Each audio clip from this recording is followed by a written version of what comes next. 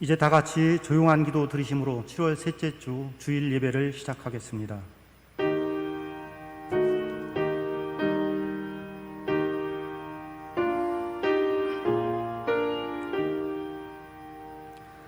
내가 그리스도와 함께 십자가에 못 박혔나니 그런즉 이제는 내가 사는 것이 아니요 오직 내 안에 그리스도께서 사시는 것이라. 이제 내가 육체 가운데 사는 것은 나를 사랑하사 나를 위하여 자기 자신을 버리신 하나님의 아들을 믿는 믿음 안에서 사는 것이라.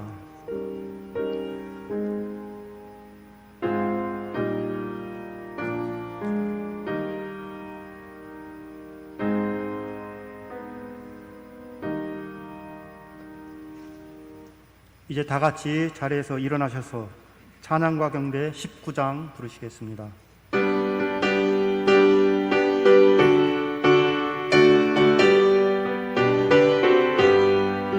찬송하는 소리 있어 사람 기뻐하도다.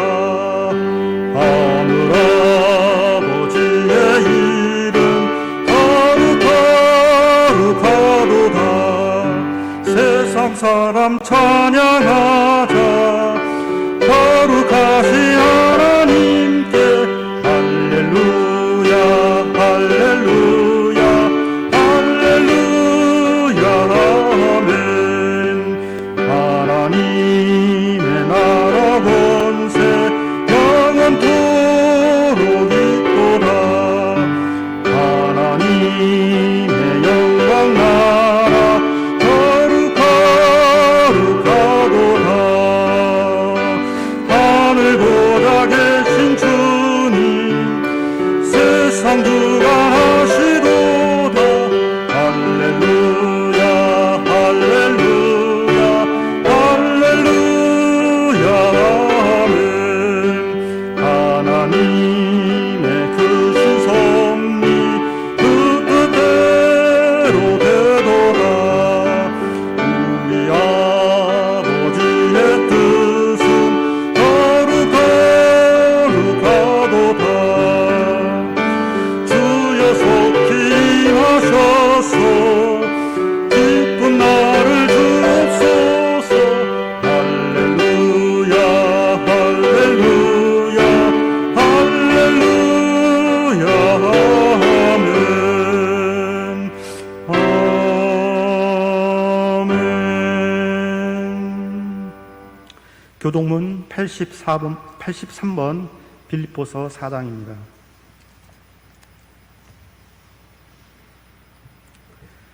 교동문 83번 함께 교독하겠습니다. 주 안에서 항상 기뻐하라. 내가 다시 말하노니 기뻐하라.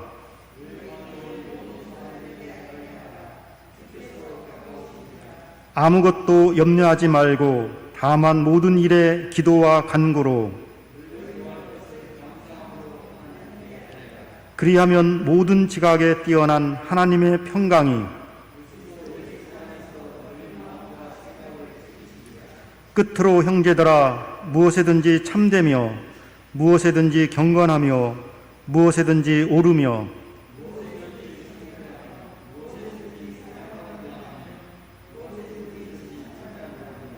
무슨 덕이 있든지 무슨 기림이 있든지 이것들을 생각하라.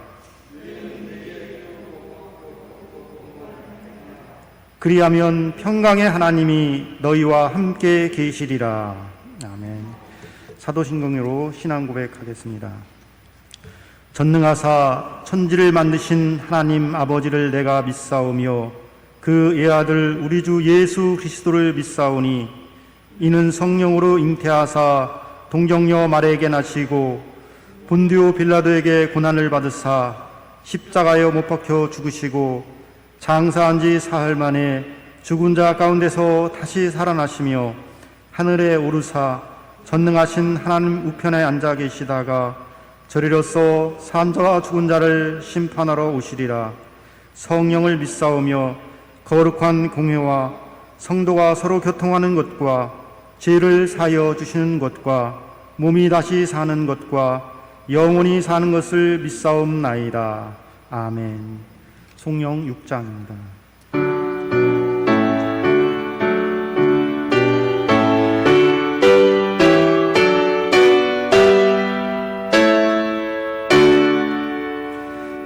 목소리 높여서 주 찬양하여라. 영광과 권세와 존귀와 위엄을 공물이 다스리시는 만왕의 왕께 돌려라.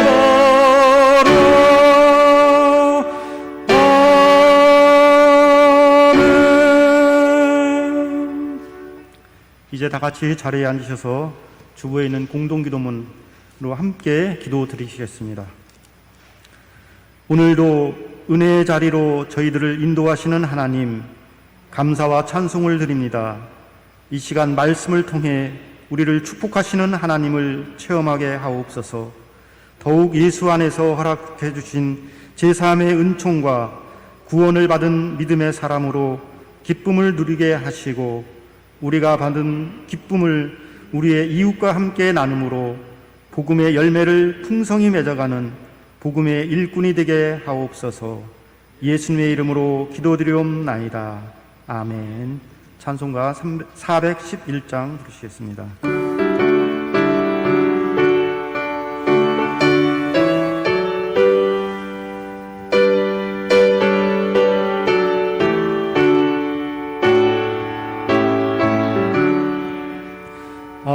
내 맘속에 참된 평화 있네. 주 예수가 주신 평화.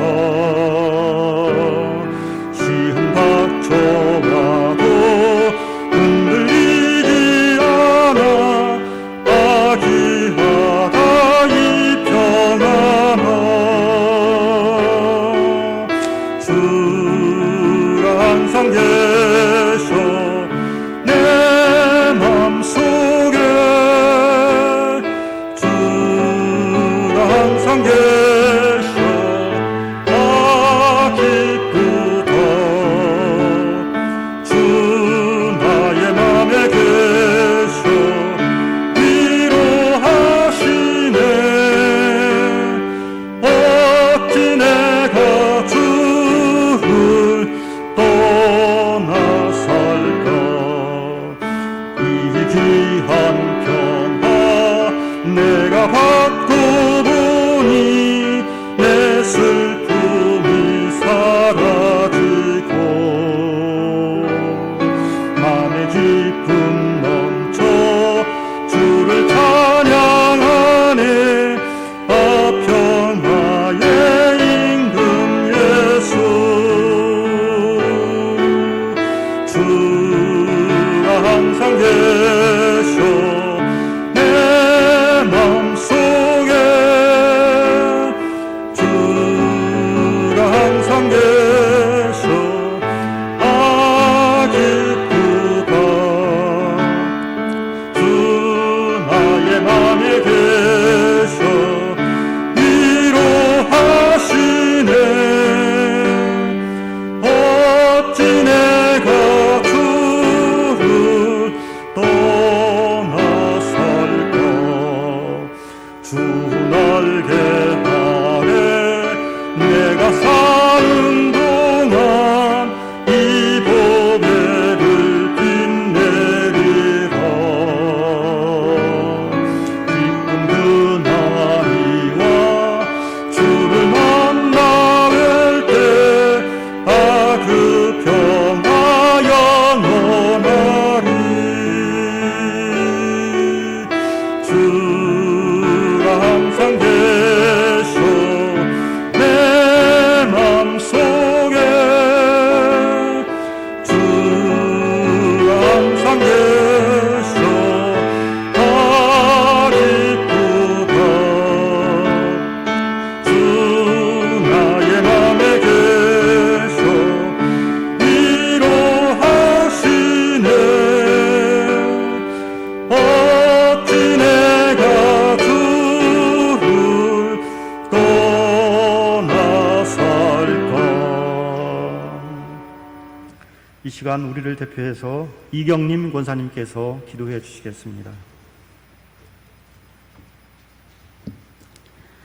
할렐루야. 사랑의 주님, 참으로 이 주일을 아버지 앞에 나와 예배하게 하시니 감사합니다. 거룩한 마음을 품어 주님을 사모하여 나왔사오니 주님 함께하여 주시옵시고 드려지는 이 예배로 말미암아 주님 영광 온전히 받아주시옵기를 간절히 바라고 원합나이다. 호흡하는 순간순간마다 주님을 찬양하지 못한 죄 회개합니다. 주님, 늘 주님을 우리와 함께하고 주님이 나와 함께하심을 고백하지 못함을 또한 회개합니다. 우리가 진심으로 전심을 다하여 주님 앞에 나와 주님을 부르는 거룩하고 아름다운 자녀가 될 수 있도록 주여 인도하여 주셨길 간절히 바라고 원합나이다. 하나님 아버지, 2021년의 상반기가 어느새 가고 이제 또 하반기를 맞이합니다. 주여, 세상은 혼탁하고 많은 자연의 재앙과 많은 알지 못하는 병들로 인하여서 수많은 사람들이 죽어갑니다. 주님, 저들의 영혼 가운데 주 예수 그리스도를 믿고 주님과 함께 죽고 저들이 천국을 향하는지 우리는 알 수가 없습니다. 아버지, 지금 이 순간에도 주님을 알지 못하는 영혼들 위하여 기도하는 우리가 될 수 있도록 주여 깨어있게 하여 주시옵시고 평안한 가운데 안일한 가운데 살지 않게 하여 주시옵시고 늘 주님 복음 전하는 길에 깨어서 숨쉬어 나아가고 행동할 수 있는 모든 믿는 자가 될 수 있도록 주여 인도하여 주셨기를 간절히 바라고 원합나이다. 주님, 이겨나가게 하여 주시옵소서. 이길 것입니다. 또한 이런 많은 사회적 환경으로 말미암아 우리가 주님 앞에 성전에 나와서 예배드리는 것이 참으로 어려운 시대가 되었습니다. 하지만 주님이여, 우리가 마음을 전심으로 다하여 주님을 향하는 것은 잊지 않게 하여 주시옵시고 행여라도 우리가 해이해졌다면 용서하여 주시옵시고 회개하게 하시고 다시 일어나 주님이 원하는 성회의 예배를 드릴 수 있는 우리가 될 수 있도록 힘주시고 마음 주시고 행동하게 하여 주시옵기를 아버지 간절히 바라고 원합나이다. 하나님, 사랑하는 교회에게 미래를 향한 교육관을 허락하셨고 이제 완공되었고 준공을 기다리고 있습니다. 아버지, 이 마무리가 잘 되어질 수 있게 하여 주시옵시고 지어진 저 성전이 잘 사용되어질 수 있도록 아버지 인도하여 주시옵소서. 이제 주일학교에서부터 유치부, 학생부가 회복될 수 있게 하여 주시옵시고 어린 영혼들이 주의 말씀을 먹음으로 말미암아 그들이 주님을 꼭 붙잡고 사는 삶이 되게 하여 주시옵시고 교사들도 준비하여 무장할 때에 하나님께서 길을 열어주시옵시고 우리가 할 수 있는 희망을 가지고 다시 나아갈 수 있도록 주여 붙잡아 주시옵소서. 교회 구석구석 마무리되지 않은 부분도 마무리하게 하시고 그로 인하여서 다시 새롭게 시작되는 저 공간이 주님의 복음의 역사가 일어나는 공간이 될 수 있도록 주여 인도하여 주시옵시기를 간절히 바라고 원합나이다. 하나님 아버지, 우리가 늘 귀한 말씀을 먹을 때 하나님 힘이 되게 하여 주시옵시고 영혼이 강하여지게 하여 주시옵시고 그로 말미암아 주님을 만날 뿐만 아니라 주님께 모든 것을 맡기며 사는 순종하는 삶이 될 수 있게 하여 주시옵소서. 내가 하려고 하는 모든 것들이 힘이 들 때에 아버지 어리석게 다시 나아가지 않게 하여 주시옵시고 온전히 주님께서 일하시게 하는 순종의 삶을 살아갈 수 있도록 주께서 인도하여 주시옵기를 간절히 바라고 원합나이다. 이 시간에도 우리가 목사님이 주시는 귀한 말씀을 먹을 때 우리가 늘 그 말씀에 귀 기울이고 성령이 주시는 말씀을 받음으로 말미암아 아버지 나아가 정진하게 하여 주시옵시고 적용하게 하여 주시옵시고 내 삶에 힘이 될 수 있도록 아버지 인도하여 주시옵시기를 간절히 바라고 원합나이다. 하나님, 많은 사람들이 야외로도 나가고 사회활동을 합니다. 그 가운데서 지켜주시옵시고 보호하여 주시옵소서. 매 순간순간 감사가 끊이지 않는 우리 서강의 성도, 한국의 성도들이 될 수 있도록 주여 인도하여 주시옵소서. 이 나라 가운데 많은 것들이 문제가 많이 있지만 하나님 아버지, 그것 또한 주께서 위정자와 그들을 돕는 자들과 또한 우리 국민들이 연합하여서 아버지 헤쳐나갈 수 있도록 주여 또한 인도하여 주시옵소서. 주께서 이 시간을 온전히 주님께 드리길 바라는 모든 백성들의 사랑을 받아주시옵시고 영광 찬양 받아주시길 간절히 바라고 원하오며 참으로 거룩하신 예수님의 이름으로 기도하였사옵나이다. 아멘.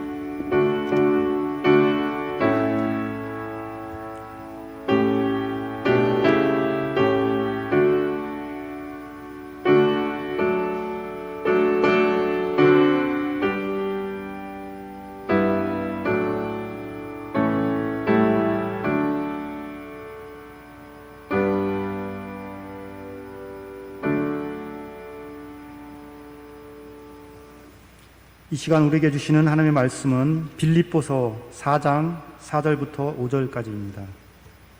신약성경 321쪽에 있습니다.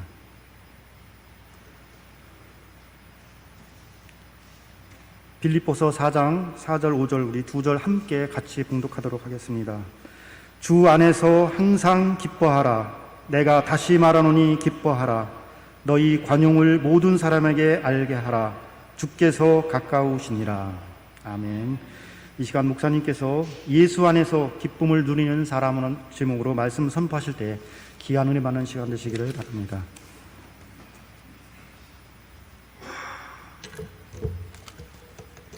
기도하겠습니다.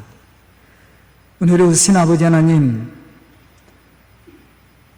이 시간도 주의 은혜가 우리 가운데 넘칠 수 있도록 채워주시옵소서. 코로나로 인해 주의 성전에 나와 예배를 드리지 못하는 우리 성도들 가정가정마다 하나님의 은혜로 채워주시고, 이 시간 말씀을 통해 다시 한번 위로를 받고 용기를 얻어 주님 안에서 참된 기쁨을 누리는 믿음의 성도들이 될 수 있도록 축복하여 주시옵소서. 성전에 나와 예배를 드리는 우리 성도들과 또 가정에서 말씀을 듣는 우리 성도들에게 은혜의 충만함을 채워주시옵소서. 예수님의 이름 받들어 축복하며 기도드리옵나이다. 아멘. 저는 오늘 말씀의 제목을 예수 안에서 기쁨을 누리는 사람이라고 정해봤습니다. 왜냐하면 예수 안에서 기쁨을 누리는 자라야 온전한 신앙의 삶을 살아갈 수 있고, 더 나아가서는 우리에게 맡겨주신 이 복음의 역사를 이루어 나갈 수 있기 때문입니다. 만약 우리가 신앙생활을 하면서도 마음과 생각에 예수로 인한 기쁨과 행복이 없다면 어떻게 복음의 사람으로 영향력을 끼칠 수 있으며 또 우리에게 맡겨주신 그 복음의 사명을 감당해 나갈 수 있겠습니까? 복음은 예수 안에서 제사함의 은총과 구원의 참된 기쁨을 체험한 사람이 전할 수 있는 것임을 우리는 분명히 알아야 됩니다. 오늘 본문 말씀을 보면 바울은 빌립보 교회 성도들 향해서 이렇게 권면하고 있습니다. 주 안에서 항상 기뻐하라. 내가 다시 말하노니 기뻐하라. 그렇게 권면하고 있습니다. 사실 바울은 살아계신 예수님을 만나기 전에는 세상의 지식과 권세와 명예를 가장 소중히 여기고 자랑스럽게 생각했던 사람이었습니다. 그래서 그는 쉼없이 십자가에 죽은 예수님이나 그 예수를 믿는 사람들을 가장 어리석다고 생각했어요. 그래서 그들을 비방도 하고 박해도 하고 폭행도 했다고 그는 고백을 합니다. 우리는 이러한 사실을 디모데전서 1장 13절에서 바울의 고백 속에서 발견할 수가 있어요. 내가 전에는 비방자요, 박해자요, 폭행자였으니 도리어 국류를 입은 것은 내가 믿지 아니할 때에 알지 못하고 행하였습니다. 우리 주의 은혜가 그리스도 예수 안에 있는 믿음과 사랑과 함께 넘치도록 풍성하도다. 이 말씀을 보면 바울은 예수를 믿는 사람들을 비방하고 박해하고 폭행함으로 폭행을 저질렀다고 이야기를 하고 있죠. 그 이유가 무엇이에요? 그 이유에 대해서 바울은 이렇게 고백합니다. 내가 예수를 알지 못하였기 때문에. 그가 예수를 알지 못했을 때는 이러한 비방자였고 폭행자였어요. 그러던 그가 어느 날 다메섹으로 예수 믿는 사람들을 잡으려고 공문을 가지고 가던 중에 살아계신 예수님을 만나게 되죠. 그때 그의 삶의 변화가 생깁니다. 그가 생각했던 것이 잘못되었다고 생각했어요. 그리고 그가 어리석다고 생각했던 예수님을 증거하는 믿음의 사람으로 변화됐다라는 거죠. 그 첫 번째 변화는 그가 어리석다고 생각했던 예수님의 십자가를 바라보는 신앙을 갖게 됩니다. 뿐만 아니라 그 예수님의 십자가를 자랑하게 되죠. 그리고 또 하나는 육신을 가지고 사는 분명한 이유를 발견하게 되었다라는 겁니다. 예수를 믿기 전에는 세상 것이 최고라고 생각했어요. 그리고 세상 것을 자랑하고 세상 것을 가진 것에 대한 굉장한 자부심을 가졌습니다. 그런데 그가 예수님을 만나고 난 후에 삶의 변화가 왔죠. 생각의 변화가 왔어요. 갈라디아서 2장 20절에 보면 바울은 이렇게 고백을 하고 있습니다. 내가 그리스도와 함께 십자가에 못 박혔나니 그런즉 이제 내가 사는 것이 아니요 오직 내 안에 그리스도께서 사시는 것이라. 이제 내가 육체 가운데 사는 것은 나를 사랑하사 나를 위하여 자기 자신을 버리신 하나님의 아들을 믿는 믿음 안에서 사는 것이다. 바울은 이렇게 고백하고 있습니다. 바울은 살아계신 예수님을 만나고 나서 삶의 참된 의미를 찾게 되었습니다. 예전에는 자신의 욕심과 탐욕을 위해서 살았다면 이제는 예수 안에서 다른 사람을 생각하기 시작했다라는 거예요. 그런데 놀라운 것은 내 욕심과 탐욕을 위해서 살았을 때는 채워지지 않는 갈증으로 인해서 늘 불안했다라는 거죠. 세상 것을 손에 쥐면 쥘수록 더 불안해지고 삶에 참된 기쁨을 얻지 못했다라는 겁니다. 그런데 그가 예수님을 만나고 예수님을 통해서 은혜를 받게 되었을 때 그는 예수 안에서 이제 나누는 삶을 시작합니다. 베푸는 삶을 시작합니다. 다른 사람을 섬기기 시작합니다. 그런데 놀라운 것은 내가 다른 사람들에게 나누고 베푸는데 마음에 기쁨이 생겼어요. 삶의 만족을 느끼기 시작했습니다. 이것이 바울의 고백입니다. 예수를 만난 바울의 삶의 모습이었다라는 거죠. 오늘 본문 말씀을 보면 빌립보 교회 성도들을 권면하는 말씀 속에서 우리는 바울의 이러한 신앙의 고백과 그의 마음을 우리가 발견할 수가 있어요. 사실 그는 지금 옥중에 있죠. 왜냐하면 이 빌립보서가 옥중 서신이니까. 그럼에도 불구하고 빌립보 교회 성도들을 향해서 어떻게 얘기해요? 주 안에서 기뻐하라고 얘기해요. 그렇게 할 수 있었던 이유가 무엇이었습니까? 바울은 지금 옥중에 있었다고 얘기합니다. 그런데 그는 예수 그리스도를 통해서 구원의 기쁨을 누리고 있는 사람이에요. 자신이 죄인 중에 괴수라고도 고백했습니다. 그러한 자신의 죄를 사하여 주시고 구원하신 하나님의 은혜가 그 마음속에 풍성했다라는 거죠. 그럼 예수 안에서 참 기쁨을 누리는 믿음의 사람은 어떠한 신앙의 모습을 가지고 신앙생활을 하고 있을까? 우리가 두 가지만 오늘 생각해 본다면, 첫째는 예배를 귀중히 여기고 예배의 기쁨을 누리게 된다는 겁니다. 교회는 하나님의 구원을 체험한 성도들이 모여서 예배를 드리고 또 말씀을 듣고 또 그리스도의 사랑으로 교제함으로 서로 섬기는 것을 말합니다. 그러므로 교회의 예배는 기쁨이 있고 감동이 있는 것이에요. 누가 성전에 나와 예배를 드려요? 예수 그리스도를 통해서 제사함의 은총과 구원을 체험한 사람들이에요.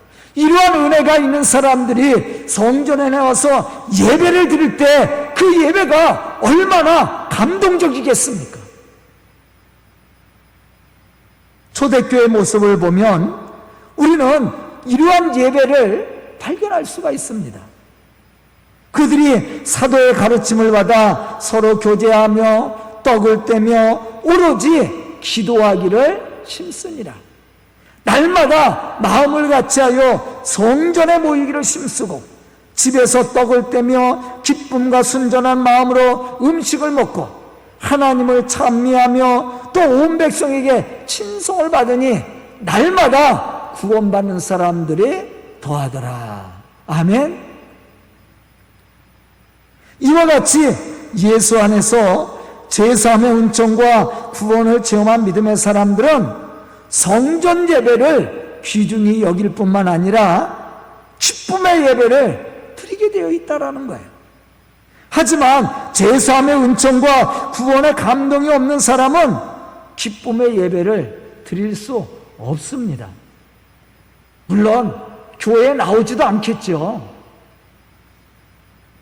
이러한 사람들이 교회에 나와서 예배를 드린다면 기쁨과 감동의 예배를 드리겠어요? 아마 그렇지 않을 겁니다. 누가 성전에 나와 예배를 드려요? 제사함의 은총과 구원의 감동이 있는 사람들, 이런 사람들이 나와서 예배를 드릴 때 그 예배는 감동적인 예배가 되는 거예요. 시편 122편 1절에 보면 다윗은 이렇게 고백합니다. 사람들이 내게 말하기를 여호와의 집에 올라가자 할 때에 내가 기뻐하였도다. 다윗은 사람들이 여호와의 집, 곧 성전에 올라가자 할 때 기뻐했다고 얘기합니다. 왜냐하면 시편 122편 6절에서 말하고 있는 것처럼 하나님의 성전을 사모하여 평안을 구하고 그 성전을 사랑하는 자에게 하나님은 형통한 은혜를 베풀어 주심을 믿었기 때문이었습니다. 첫째 이유는 바로 우리를 구원하신 하나님의 은혜에 감동이 있었기 때문이었어요. 그리고 두 번째 이유는 그러한 은혜에 감동 있는 사람들이 하나님의 성전에 나와 예배를 드릴 때 하나님께서 우리에게 형통한 은혜를 베풀어 주시고 우리의 예배를 받으시고 우리의 삶 속에 역사하시고 축복하심을 믿었기 때문이었죠. 이러한 신앙과 믿음과 기대가 있는 사람들이 드리는 예배가 얼마나 감동적이고 기쁨의 예배가 되겠냐는 겁니다.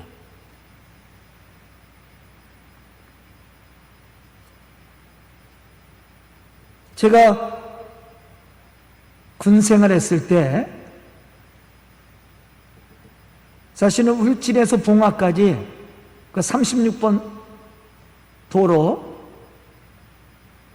그걸 공사를 했어요.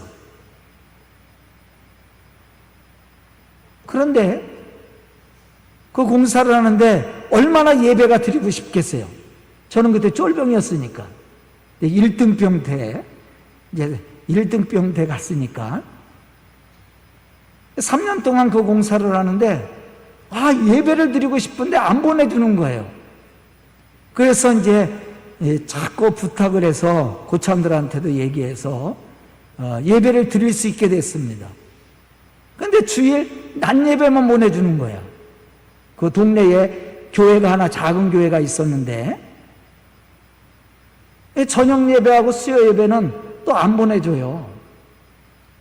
또 교회에 갔다 오면 고참들이 기합을 주는 거예요. 교회 갔다 왔다고.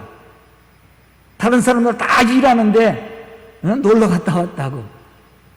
그래도 이제 계속 예배를 나갔죠. 그래서 이제 부탁을 또 한 겁니다. 주일 예배하고 저녁 예배하고 수요 예배는 못 나가니까 관내에서 예배를 드릴 수 있도록 막사를 하나 달라고. 그래서 이제 막사를 하나 예배실로 꾸미고 예배를 드리는 거예요. 이제 설교는 제가 합니다. 제가 신학생이니까. 이제 수요 예배를 드릴 텐데 우리 웃고참이 집합을 시킨 거야. 예배 드리기 전에. 기합도 주고 때리기도 하고 시커맞았죠. 그냥 앞가슴이 다 멍들을 정도로. 그래서 제가 마산 사람을 안 좋아해요. 마산놈이거든. 그리고 5분 전에 보내주는 거예요. 5분 전에. 5분 전에 제가 이제 가서 그날 설교를 합니다. 얼마나 이게 서러워. 저는 설교의 은혜를 받아서 운 게 아니라 서러워서. 실컷 맞고 이제 막사에서 예배를 드리는데 이게 서름이 북박쳐갖고 눈물이 나는 거예요. 그래서 그냥 울면서 설교를 했지. 그런데 거기 있는 사람들 다 은혜를 받은 거예요. 설교가 너무 은혜, 다 불었어, 다. 우리 신우회원들이 다 불었어. 은혜 받았다고. 뭘 은혜 받아? 난 속상해서 부른 건데. 그렇게 또 하나님이 역사하죠. 그런데 그렇게 기합을 받고 맞으면서도 예배 드리는 게 얼마나 행복했던지. 바울도 마찬가지예요. 바울도 지금 옥중에 있다고 얘기했죠. 그가 옥중에 있으면서도 빌립보 교회 성도들에게 부탁한 것이 뭐예요? 주 안에서 기뻐하라는 거예요. 모든 사람들에게 관용을 베풀라라고 그러는 겁니다. 이러한 바울의 소식을 들었던 빌립보 교회 성도들이 얼마나 감동을 받았겠습니까? 제가 서러워서 울면서 설교했는데도 그 안에 있었던 우리 신회원들이 은혜를 받은 것처럼 아마 빌립보 교인들도 그러한 감동과 은혜를 받았을 겁니다. 다윗도 마찬가지예요. 다윗도 고난 속에 있었습니다.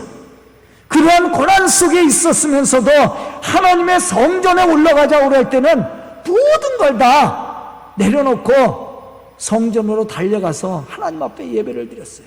기쁨으로.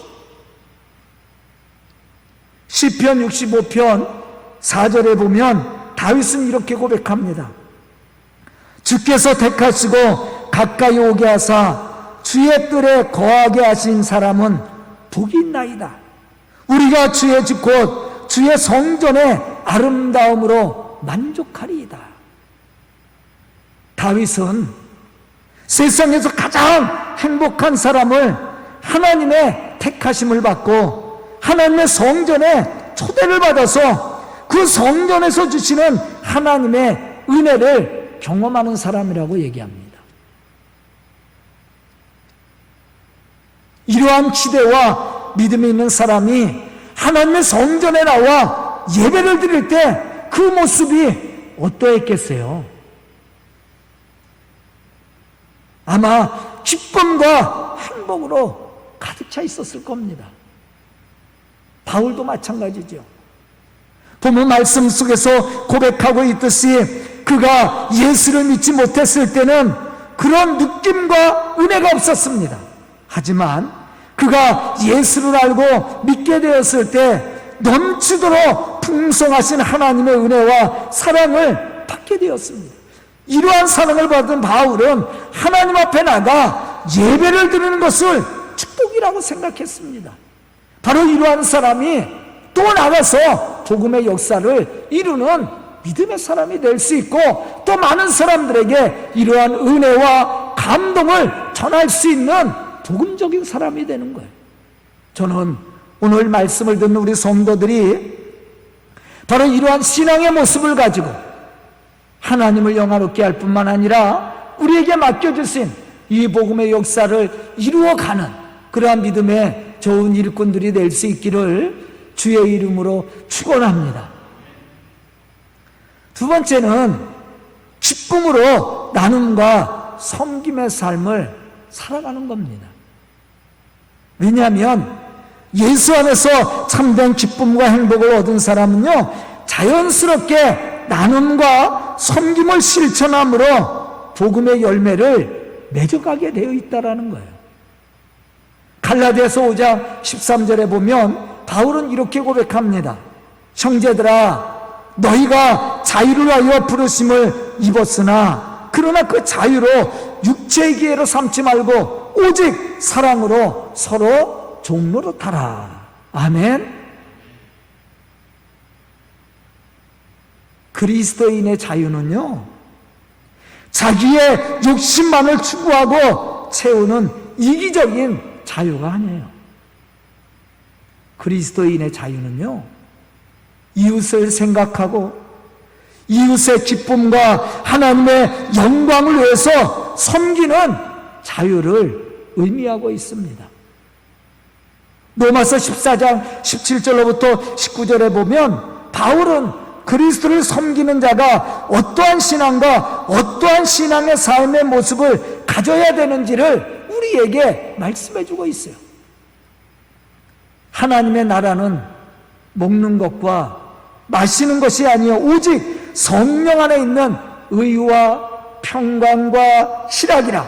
이로써 그리스도를 섬기는 자는 하나님을 기쁘시게 하며 사람에게도 칭찬을 받느니라. 그러므로 우리가 화평의 일과 서로 덕을 세우는 일을 힘쓰노라. 아멘. 즉 우리가 그리스도 안에서 참된 자유를 누리는 성도로서 온전한 그러한 신앙의 삶을 이루어가기 위해서는 우리 마음속에 하나님의 의가 가득 차야 되고 평강과 기쁨이 넘치는 삶을 이루어가야 됨을 우리에게 말씀해 주고 있습니다.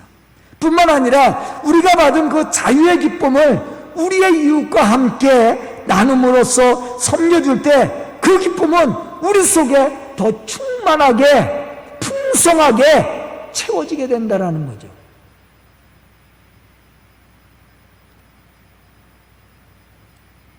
바울은 오늘 말씀 속에서 이렇게 빌립보 교회 성도들에게 권면합니다. 너희 관용을 모든 사람들에게 알게 하라. 주께서 가까우십니다. 우리가 예수 그리스도를 통해 제3의 은총과 구원의 은혜를 받았다면 우리도 이제는 예수 그리스도를 통해 받은 바 그 풍성한 은혜를 베풀 수 있어야 됩니다. 왜냐하면 이러한 믿음의 사람이 하나님의 기쁨이 되고 또 사람들에게 칭찬을 받는 믿음의 사람으로 복음의 역사를 이루어 나갈 수 있기 때문이죠. 만약 우리가 예수를 믿음으로 제3의 은총과 구원을 받았음에도 불구하고 다른 사람을 위한 삶을 살지 않고 자기의 욕심과 탐욕을 위해서만 살아간다면 우리는 하나님의 기쁨이 될 수가 없습니다.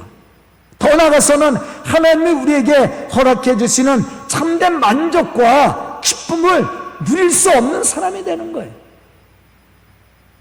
하나님 안에서 만족과 기쁨은 내 욕심과 탐욕을 채우려는 데 있는 것이 아니라 나누어 주는 데 있다라는 거죠. 바울도 역시 마찬가지예요. 바울이 예수님을 만나기 전에는 세상적인 것, 이 탐욕과 욕심을 가지고 살았어요. 그런데 거기서는 참된 만족을 느끼지 못했다고 제가 앞에서 이야기를 했죠. 오히려 세상 것을 가지면 가질수록 갈증을 느꼈다고 그랬어요. 그런데 그가 예수님을 만나고 나누기 시작합니다. 다른 사람을 섬기기 시작했어요. 그런데 이 참된 만족과 기쁨을 얻은 거예요. 오늘 본문 말씀 속에서도 보면 항상 기뻐하라 그래요. 누구 안에서? 주 안에서.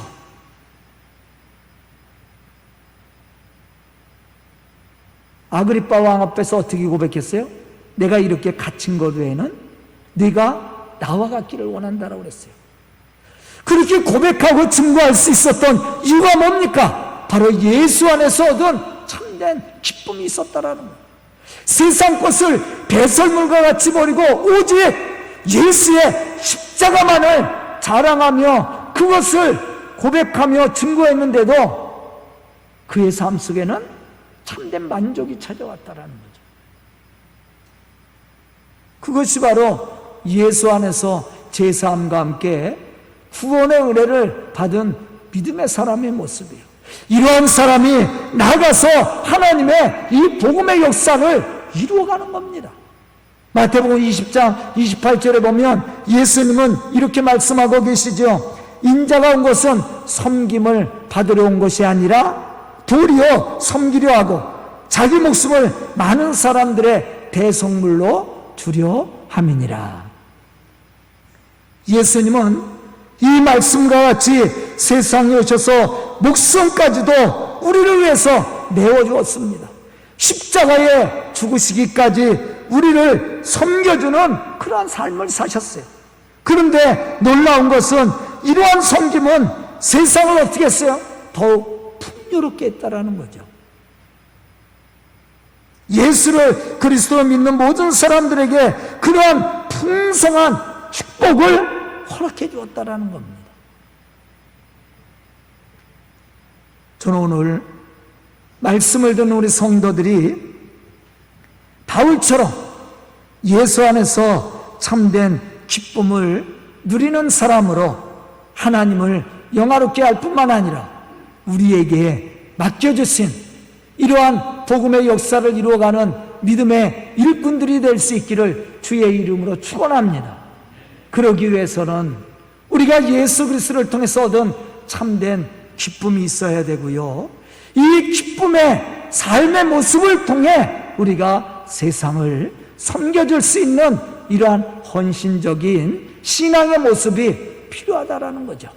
저는 오늘 말씀을 듣는 우리 성도들이 참으로 예배의 기쁨뿐만 아니라 삶 속에서 하나님이 주신 은혜의 기쁨을 누리고 나눔으로 우리에게 맡겨주신 이 복음의 역사를 함께 이루어갈 수 있기를 주의 이름으로 축원합니다. 기도드리겠습니다. 은혜를 신 아버지 하나님, 감사와 찬송을 드립니다.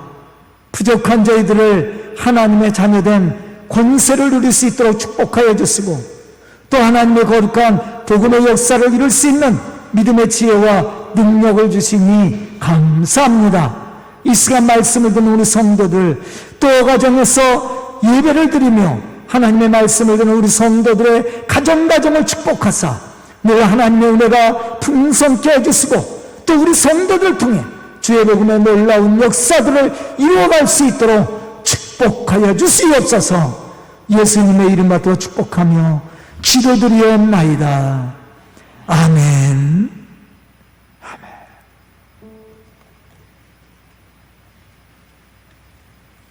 네, 귀한 말씀 감사드립니다. 이 시간 봉헌 찬송 213장 부르시겠습니다.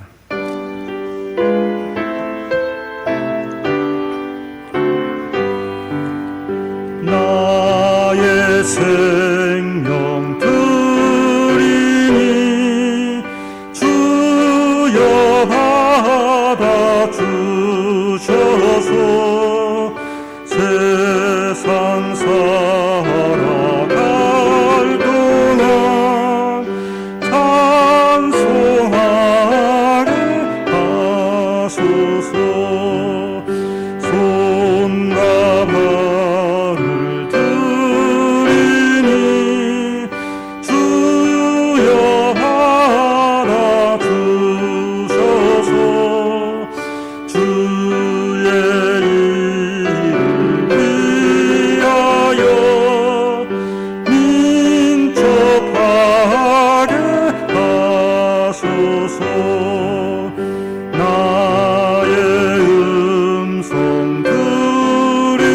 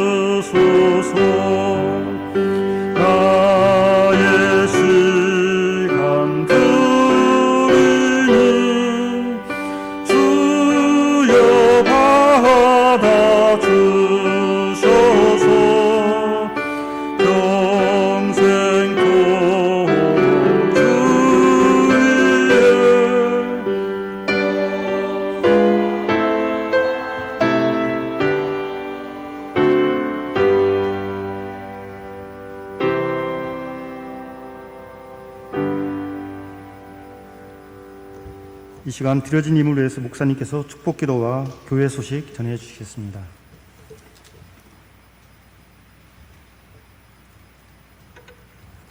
사랑과 은혜가 충만하신 아버지 하나님, 이렇게 귀한 날을 저희들에게 허락해 주시고 또 이 어려운 가운데서도 저희들이 예배를 드리며 또 예물을 드려 섬길 수 있도록 축복하여 주시니 감사합니다. 은혜로우신 아버지 하나님, 우리 성도들의 가정을 지켜주시고 그들의 생업과 자녀들을 축복하여 주시옵소서. 이럴 때일수록 더욱더 하나님의 은혜를 사모하는 믿음을 주시고 그들의 믿음에 기대어 어긋나지 않도록 하나님의 축복하심으로 채워주시옵소서. 참으로 하나님을 사모하고 주의 말씀대로 살아가는 자에게 복이 있음을 선포하고 또 저희들이 그 말씀을 따라 순종하기를 원합니다. 그러한 우리 성도들의 삶 속에 하나님의 은혜로 채워지게 해주시고 그 풍성함을 누릴 수 있도록 축복하여 주시옵소서. 또한 드려진 예물이 쓰이는 곳에 하나님의 역사와 축복하심이 넘칠 수 있도록 채워주시옵소서. 예수님의 이름 받들어 축복하며 기도드리옵나이다. 아멘. 아멘. 우리 옆사람과 뒷사람과 인사해서 사랑하고 축복합니다. 가정에서도 함께 인사하고 축복할 수 있길 바랍니다. 우리 성도들의 가정에 늘 하나님의 은혜가 넘칠 수 있기를 주의 이름으로 축복합니다.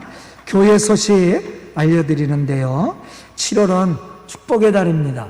축복의 달인데 우리가 코로나 사태가 또 이렇게 또 어렵게 상황이 진행이 돼서 우리가 이렇게 현장 예배를 드리지 못하지만 그래도 우리 성도들의 가정에 늘 하나님의 은혜가 또한 축복하심이 넘칠 수 있기를 주의 이름으로 축복합니다.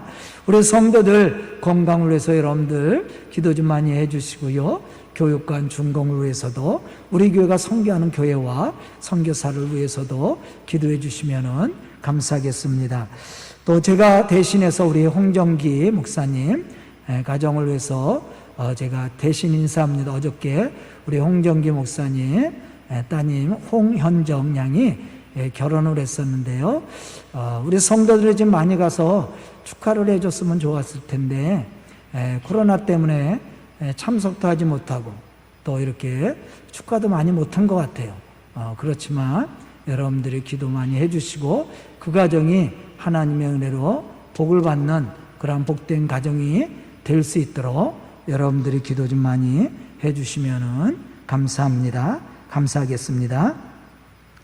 예배 안내합니다. 예배는 지금 이제 코로나가 4단계라 우리가 예배를 3부 예배는 온라인 예배로 드리고요. 또 우리가 이렇게 녹화해서 예배를 보내는데요.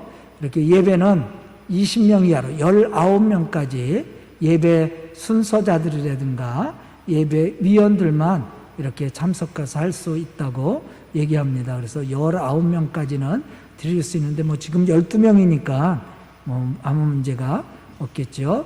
여러분들 이렇게 지켜서 또 함께 예배도 드리고 또 가정에서 예배 드려서 우리가 코로나를 잘 극복하고 또 코로나가 종식이 될 때 우리가 더욱더 큰 믿음을 가지고 하나님을 잘 섬기고 나갈 수 있는 그런 우리 서강교회와 우리 성도들의 가정들이 될 수 있기를 축복합니다. 더욱더 건강 유의하시고 이럴수록 더욱더 담대히 하나님의 복음의 역사를 이루어가는 우리 성도들의 가정들이 될 수 있기를 축복합니다. 강당 꽃꽂이 이연우 노영경 성도 가정에 우리 하루가 첫돌을 맞이했는데요. 우리 이하루 첫돌을 맞이해서 이렇게 강단에 아름답게 꽃을 장식해 주었습니다. 우리 하루에게 꽃과 같이 아름다움과 향기로움이 있어서 하나님을 영화롭게 할 뿐만 아니라 또 많은 사람들에게 이러한 아름다움과 향기로움을 나눠주는 우리 하루와 또 부모님과 그 가정이 될 수 있기를 주의 이름으로 축복합니다.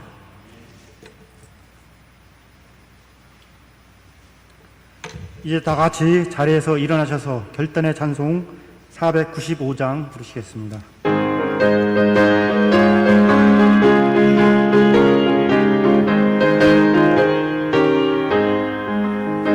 이은 곡식 거둘 자가 없는 이때에 누가 가서 거둘까? 내가 어찌게 흘러서 앉아 있을까? 어서 가자 밭으로 보내주소서 보내주소서 제가 숯불 내 입술에 대니 어찌 주저할까? 주여 나를 보내주소서 주가 두루 다니시며 일꾼 부르나 따르는 자 적도다. 보라 주의 사랑하는 익은 곡식을 어서 거두러 가자. 보내주소서 보내주소서 계란 숯불 내 입술에 대니 어찌 주저할까? 주여 나를 보내주소서 주가 나를 부르시니 언제 어디나 기뻐 가서 일하리. 주가 명령 내리실 때 능력 받아서 기뻐 거두리로다.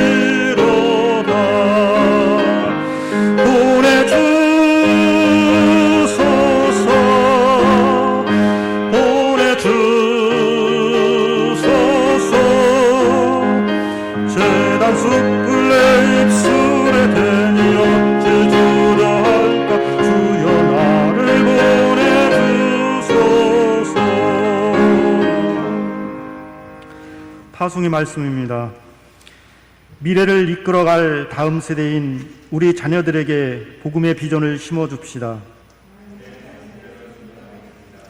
우리 자녀들이 하나님의 비전을 가슴에 품고 이루어갈 수 있도록 기도합시다. 자녀들을 통해 하나님의 축복이 이루어질 수 있도록 기도하고 축복하겠습니다. 아멘. 이 시간 목사님께서 축도해 주심으로 예배를 마치겠습니다.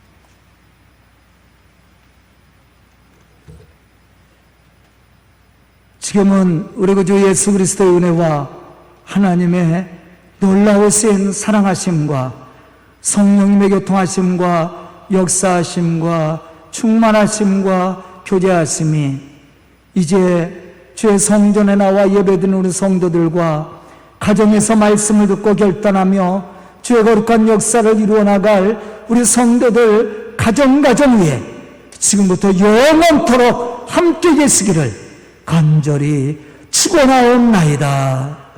아멘.